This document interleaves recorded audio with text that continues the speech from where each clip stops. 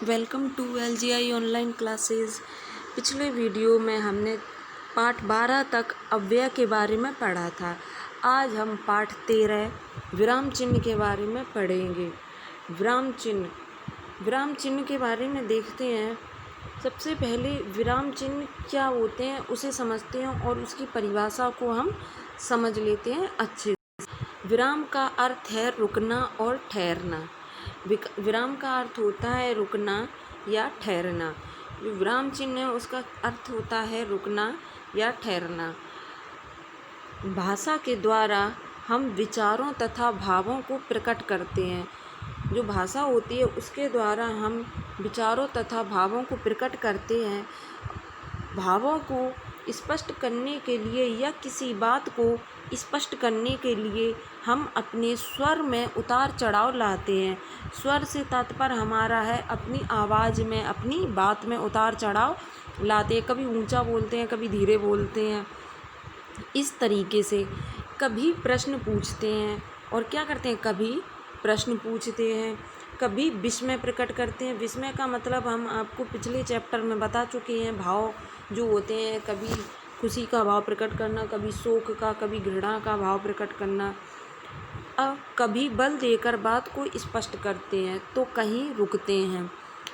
इससे भावों को समझने में आसानी होती है, किंतु लिखित रूप में इन्हें स्पष्ट करने के लिए हम कुछ चिन्हों का प्रयोग करते हैं। अब जो हम विराम चिन्ह की बात कर रहे हैं वो यहाँ आ गई है। ये चिन्ह बताते हैं कि वाक्य में कहाँ कितना रुकना है। अगर हम चिन्हों के अनुसार, जो विराम का मतलब होता है रुकना, हमने आपको बताया, और विराम चिन्हों के अनुसार हम ठहरेंगे नहीं, अपनी बात पे रुकेंगे नहीं, उतार चढ़ाव नहीं लेंगे, तो हमारे वाक्य में, हमारी बात में कोई भी लयबद्धता नहीं होगी और बात को कहने में बहुत ही भद्दापन लगेगा। तो ये देखते हैं, इन्हीं चिन्हों को विराम चिन्ह कहते हैं। कितना रुकना है और कहाँ रुकना है, ये जो चीज़ है, कितना और कहाँ रुकना है, ये हमें कौन बताता है? विराम चिन्ह बताते हैं। ये लिखित भावों को स्पष्ट करने में सहायक होते हैं। जो लिखित, जब हम लिखते हैं ना, तब हमें अच्छे से पता चल जाता है कि विराम चिन्ह क्या होते हैं। सभी भाषाओं में लगभग समान विराम चिन्हों का प्रयोग किया जाता है। और सबसे बड़ी चीज़ आप ये समझ लीजिए कि बिना विराम चिन्ह के हम अपनी बात कह ही नहीं सकते हैं। जब हम कोई कहानी पढ़ते हैं, कुछ भी करते हैं, तो कहानी में सबसे ज़्यादा आवश्यकता होती है विराम चिन्ह की।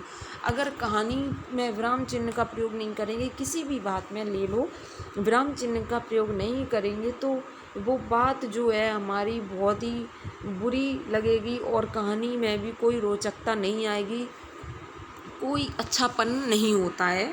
बिना विराम चिन्ह के अपनी बात हम नहीं कह सकते हैं। अब देखते हैं, विराम चिन्ह के प्रयोग से अर्थ में भिन्नता आ जाती है। जो विराम चिन्ह का प्रयोग होता है उसके अर्थ में भिन्नता आ जाती है। जैसे उदाहरण से समझते हैं, संभव रुको मत पढ़ो। यहाँ बात कही, जब विराम चिन्ह, ये कॉमा लगा हुआ है, ये आप देख रहे हैं, ये ऐसा कॉमा लगा हुआ है यहाँ पे, इसमें कहा है, ऐसे कॉमा लगा है कि संभव रुको मत पढ़ो। अब यहाँ दूसरे वाक्य में कहा है संभव रुको मत पढ़ो। तो दोनों ही जो वाक्य हैं अर्थ अलग अलग प्रकट कर रहे हैं। यहाँ लिखा है संभव रुको मत पढ़ो, मतलब संभव को रोका जा रहा है ना पढ़ने के लिए। और यहाँ है संभव रुको मत, यहाँ कहा जा रहा है रुको मत पढ़ो, मतलब लगातार पढ़ते रहो।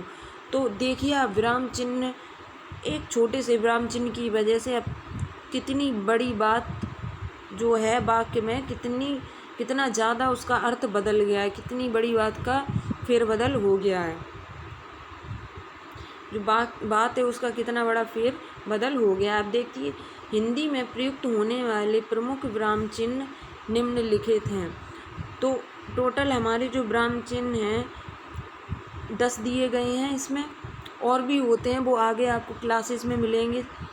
अब देखिए, सबसे पहले समझते हैं पूर्ण विराम, जिसको हम सबसे ज़्यादा उपयोग करते हैं और अपनी पहली कक्षा से ही ये हमारे प्रयोग में आने लगता है। जिसका चिन्ह ये होता है, सीधा सिंपल सा ये पाई या डंडा। ठीक है, मैं छठी कक्षा में पढ़ता हूँ, मतलब अपनी पूरी बात जब ख़त्म हो जाती है जब हमारी पूरी बात ख़त्म हो जाती है तब हम यह विराम चिन्ह लगाते हैं। ये देखिए हूँ के बाद लगा हुआ है जो ये विराम चिन्ह। ठीक, अब देखिए अल्प विराम। मीता, रिया और मीना भी आ गई। तो यहाँ देखिए मीता, रिया और मीना, मीता के बाद कॉमा लगा हुआ है, रिया और मीना भी आ गई। तो यहाँ पर दो विराम चिन्हों का प्रयोग हुआ है, एक तो कॉमा और एक ये पूर्ण विराम जो हमने इसकी बात की थी, ये लगा हुआ है। अब देखिए प्रश्नवाचक चिन्ह। प्रश्नवाचक हम सभी जानते हैं, इसका ये चिन्ह होता है तुम कहाँ रहती हो। क्वेश्चन जब किया जाए, जब प्रश्न पूछा जाए तो ये हम प्रश्नवाचक चिन्ह लगाते हैं। अब देखिए विस्मयादि बोधक चिन्ह। विस्मयादि बोधक चिन्ह, अरे ये क्या हो गया। हमने आपको पिछले वीडियो में भी बताया था, पिछले पाठ में, कि विस्मयादि बोधक जो चिन्ह होते हैं यहाँ पर आश्चर्य का भी प्रयोग होता है, आश्चर्य जैसे भाव का, खुशी जैसे भाव का, गुस्सा जैसे भाव का। तो यहाँ आश्चर्य की बात हो रही, अरे ये क्या हो गया। तो ये देखिए अब निशान ये वाला अरे के बाद लगा हुआ है। अब ये जो आपके जैसे ये जो चिन्ह है, उद्धरण चिन्ह है, और ये आगे जो चिन्ह है, ये हम आपके नेक्स्ट वीडियो में क्लियर करेंगे। Thank you.